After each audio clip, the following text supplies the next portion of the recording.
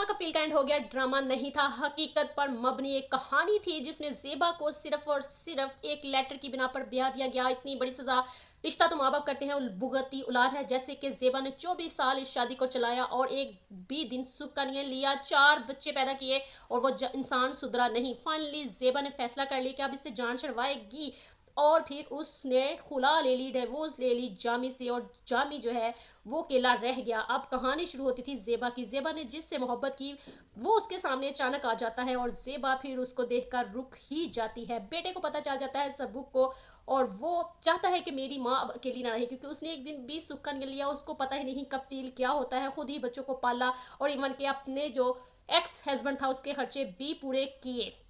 अब जेबा का बेटा चाहता है कि मेरी माँ जो है वो शादी कर ले। जब उसको पता चलता है कि जमाल अंकल जो है वो लव करते हैं, प्यार करते हैं मेरी माँ से, जेबा का पहला प्यार है, और फिर सबूक ने कोशिशें शुरू कर दी और जमाल ने भी सबको मना लिया। जेबा को घर ले जाता है और वहाँ जाकर अपनी सास से मिलाता है। सास कन्विंस कर लेती है जेबा को कि जमाल से शादी कर लो, ये तुम्हें बहुत बहुत खुश रखेगा।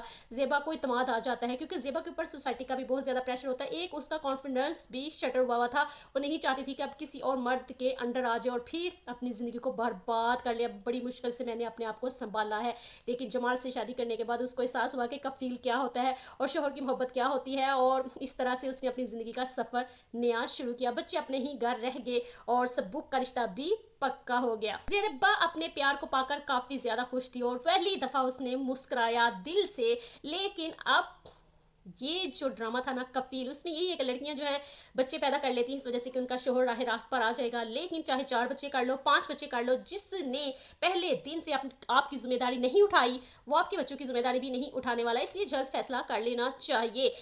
चैनल को लाइक शेयर सब्सक्राइब, और फिर आपने हमें ड्रामा कफील के बारे में ज़रूर कमेंट्स देने हैं।